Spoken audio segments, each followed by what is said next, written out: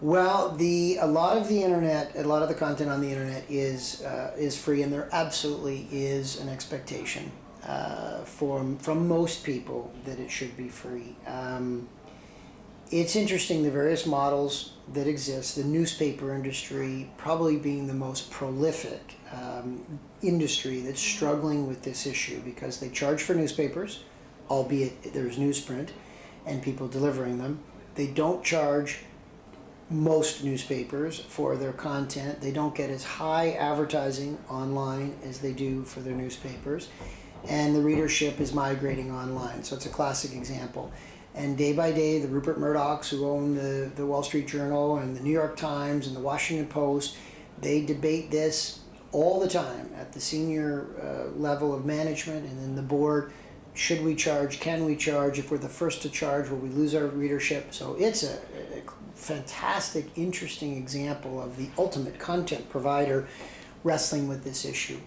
In our business, at New Line JumpTV, we have a lot of the content that we provide on behalf of our partners, sports leagues, for examples, that is free to consumers. The view is give them a lot of content, let them see a lot of the coaches' highlights, the interviews, stuff like that.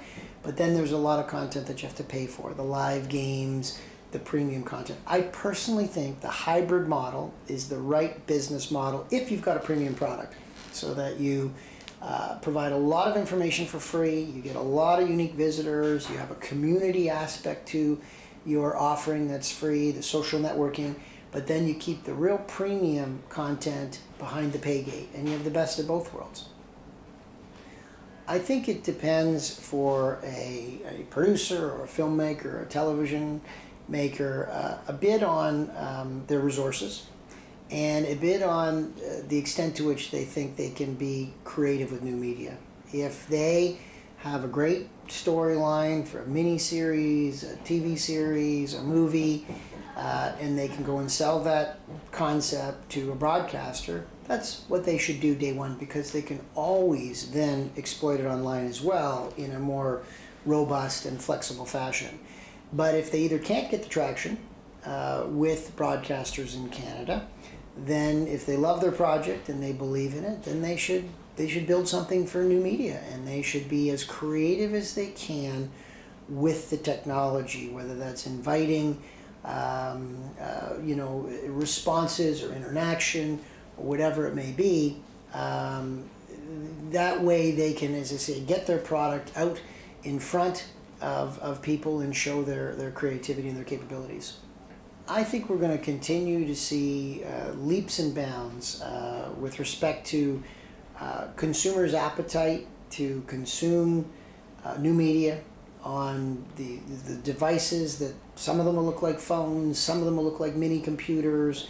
They'll call them PDAs probably generally, but I think that trend is absolutely irreversible. It probably ties into automobiles, into airplanes, into buses in ways that we have never thought about before, where you'll have your headset and you'll plug it in and punch in your passcode, and you'll be on the be able to communicate in the back of the airline seat, either by phone or by movie or to your Apple account. So all elements of transportation will adopt that, would be my gut. And I think just the way people communicate through the internet and through their laptop and computers will continue to just be more and more interactive. You'll do more things in real time on that basis. And I look at my kids today and think, man, I was born in the wrong era. I wish I was born today like my young kids, because I think they're going to see things that'll just be amazing to see in their lifetime.